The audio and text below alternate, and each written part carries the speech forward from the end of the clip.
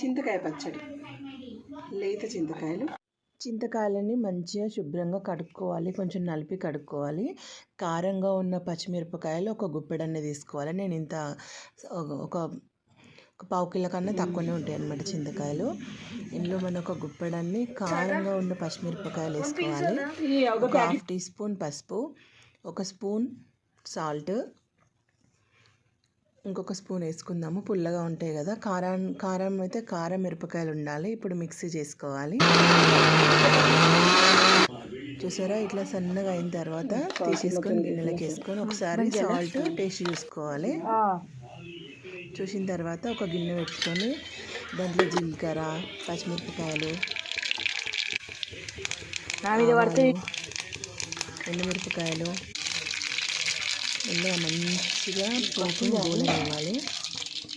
లాస్ట్లో కల్లిమాకు వేసుకొని ఒక 1/2 టీ స్పూన్ పసుపు వేసుకొని మనం మిక్సీ చేసి పెట్టుకున్న చింతకాయ తొక్కుని వేసుకోవాలి. వేడి అన్నంలో చింతకాయ తొక్కు నెయ్యి వేసుకొని తింటే అంత టేస్ట్ ఉంటుంది అన్నమాట. ఒకసారి మీరు ట్రై చేయండి. ఇప్పుడు చింతకాయ పెట్టుకోవాలి. వీడియో కనుక నచ్చినట్టయితే లైక్ చేయండి. మన వాళ్ళతో మనసులో మాట ఛానల్ని సబ్స్క్రైబ్ చేసుకోండి. మరొక వీడియోతో మళ్ళీ కలుద్దాం. బాయ్.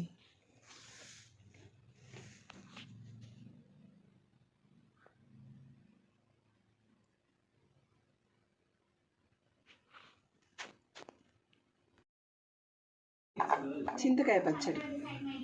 లేత చింతకాయలని మంచిగా శుభ్రంగా కడుక్కోవాలి, కొంచెం నలిపి కడుక్కోవాలి. కారంగా ఉన్న పచ్చిమిరపకాయలు ఒక గుప్పెడన్ని తీసుకోవాలి. నేను ఇంత ఒక పావు కిలో కన్నా తక్కువనే ఉంటాయి అన్నమాట చింతకాయలు. ఇందులో మనం ఒక గుప్పెడన్ని కారంగా ఉన్న పచ్చిమిరపకాయలు వేసుకోవాలి. ఒక 1/2 టీ స్పూన్ పసుపు, 1 స్పూన్ సాల్ట్, ఇంకొక స్పూన్ వేసుకుందాము. పుల్లగా ఉంటాయి కదా, కారం అయితే కారం మిరపకాయలు ఉండాలి. ఇప్పుడు మిక్సీ చేసుకోవాలి. చూసారా, ఇట్లా సన్నగా అయిన తర్వాత తీసేసుకొని గిన్నెలోకి వేసుకొని ఒకసారి సాల్ట్ టేస్ట్ చూసుకోవాలి. చూసిన తర్వాత ఒక గిన్నె పెట్టుకొని దాంట్లో జీలకర్ర, పచ్చిమిరపకాయలు, ఎండుమిరపకాయలు ఇలా మంచిగా పోపు గోలనివ్వాలి. లాస్ట్లో కల్లిమాకు వేసుకొని ఒక 1/2 టీ స్పూన్ పసుపు వేసుకొని మనం మిక్సీ చేసి పెట్టుకున్న చింతకాయ తొక్కుని వేసుకోవాలి. వేడి అన్నంలో చింతకాయ తొక్కు నెయ్యి వేసుకొని తింటే అంత టేస్ట్ ఉంటుంది అన్నమాట. ఒకసారి మీరు ట్రై చేయండి. ఇప్పుడు చింతకాయ పెట్టుకోవాలి. వీడియో కనుక నచ్చినట్టయితే